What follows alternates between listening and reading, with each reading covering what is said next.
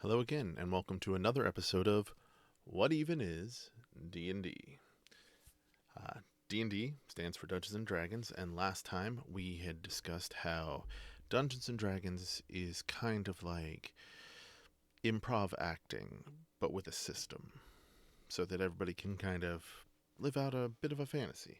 But I kind of want to also add on to that it's kind of impromptu storytelling with a system still, so for combat and stuff, so nobody can say I'm the strongest and I just obtain all the power, whatever. Anyway, we're going to focus on the character sheet today, but specifically attributes. So this is a character sheet from D&D Beyond that I downloaded. Now, we're not going to focus on the whole thing today. We are going to focus on attributes and skills. Now, what are attributes and skills? Well, oops, wrong thing. Give me a second.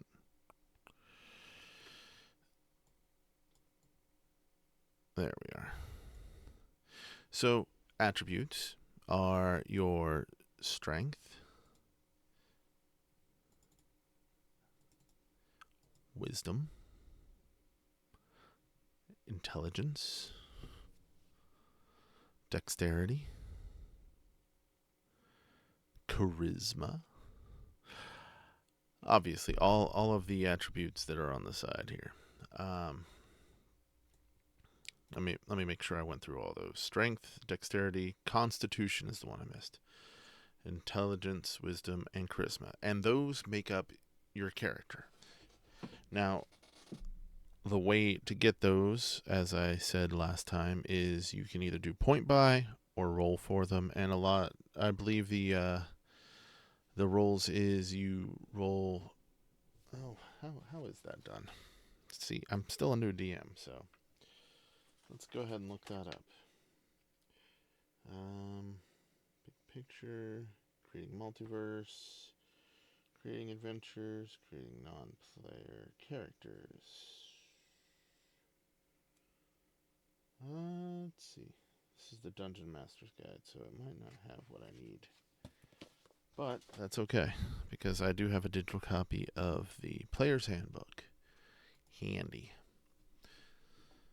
Let's see here.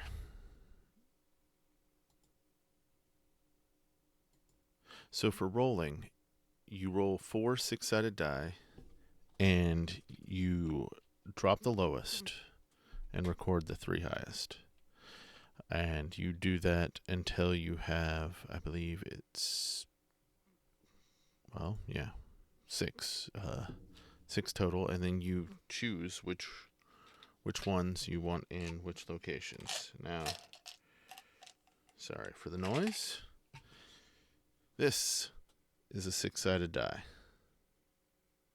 Obviously, it's standard for a lot of games, but that's one way of doing it. Then there's the point buy system, which is a little bit more complex. It kind of relies on just like it's described. You buy points with points. Point of dexterity. I'm not good at describing this one. It's a lot easier when you use a digital system, but the dice roll is a pretty easy way to go if you are unsure about it. Let's see here. Variant custom ability scores. You have 27 points to spend on your ability scores if you want to do the point buy. The cost of each score is shown on an ability score point cost table, which is in the player's handbook. And it kind of goes, starting off, if the ability score is 8, it's 0. And then it counts up. Each time it goes up, like 9 is 1, 10 is 2. All the way up to, let's see here, 13, and then after that, 14 jumps to 7, and 15 jumps to 9. Not sure why that is. Tried looking it up, couldn't figure that out. But it's just a fair way of distributing points. Now, each ability score affects something else, which are your skills. And you can see that over. You know what? Let me just. These are your skills.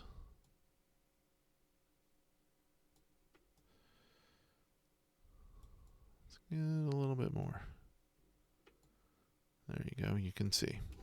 And as you can see beside each one, like acrobatics has dex. Your dexterity affects that score. So the higher your dexterity, the higher that score is. Now, skills are not necessarily a thing for combat, but they are useful in more of the story otherwise.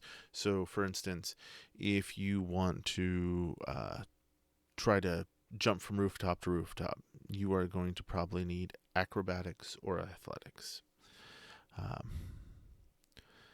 depending on how you're doing it. If you're just kind of tumbling around, that's more acrobatics. If you're trying to like run at full sprint to make sure you get to the other side, that's athletics. A persuasion check, for instance, is charisma based, and for that you're going to want to try to use in the story, anytime you want to convince somebody to do something. Hey, can you give me X item for cheaper? Persuasion.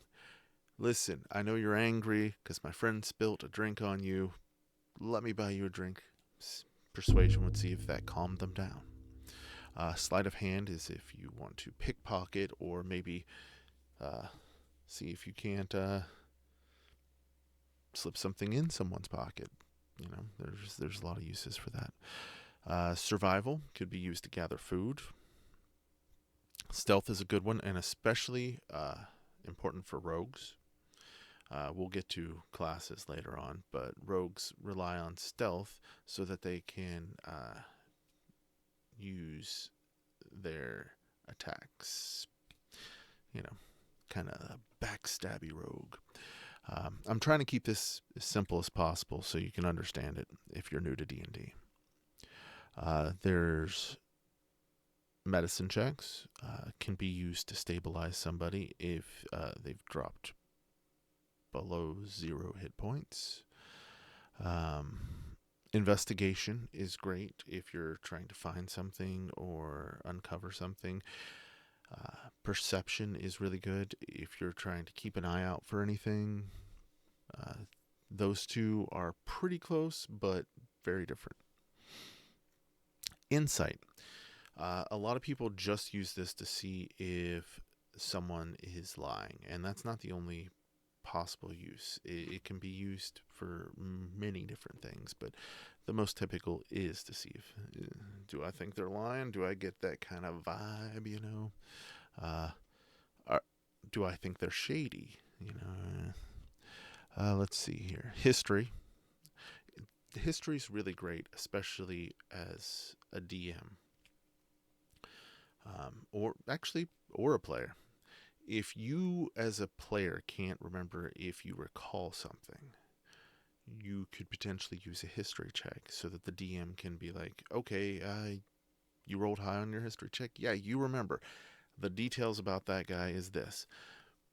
You're generally going to want to write things down so you don't have to do that, but it is helpful if you don't remember.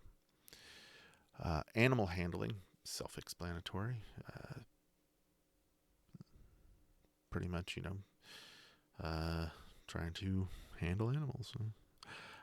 What else? Performance is great for bards. So bards can use their performance to try to make some money. If they roll high, they can potentially, not just making money, they can use it as a means to stay the night at an inn.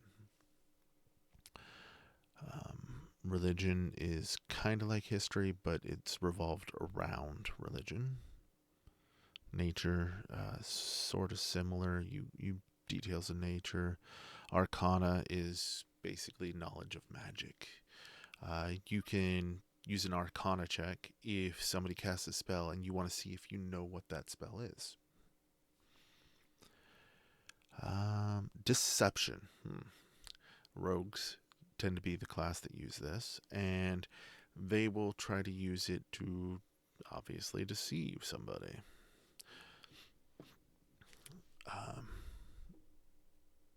And I think that basically covers most of them. If I missed one, I'm sorry. But that's your basic rundown of abilities. Now, I will continue with another episode. If you didn't watch the first, I recommend going back and checking it out. If you did, well, excellent. But we are going to have a playlist and some other videos that I recommend you also check out. And that'll do for now. I hope this has been helpful. Look forward to the next episode.